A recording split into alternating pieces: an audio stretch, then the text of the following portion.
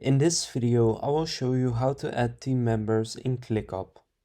So first go ahead and open the ClickUp website, and then once you're here in the bottom left you can see invite right here. Click on that, and here you can see invite people. New members will gain access to public spaces, documents and dashboards. And then you can either invite them as a member or as an admin. If it's just a team member that you want to assign tasks to, then a member is good enough. An admin also has access to manage spaces, people, billing and other workspace settings. So let's say you want to invite a member, then here you can invite them by email.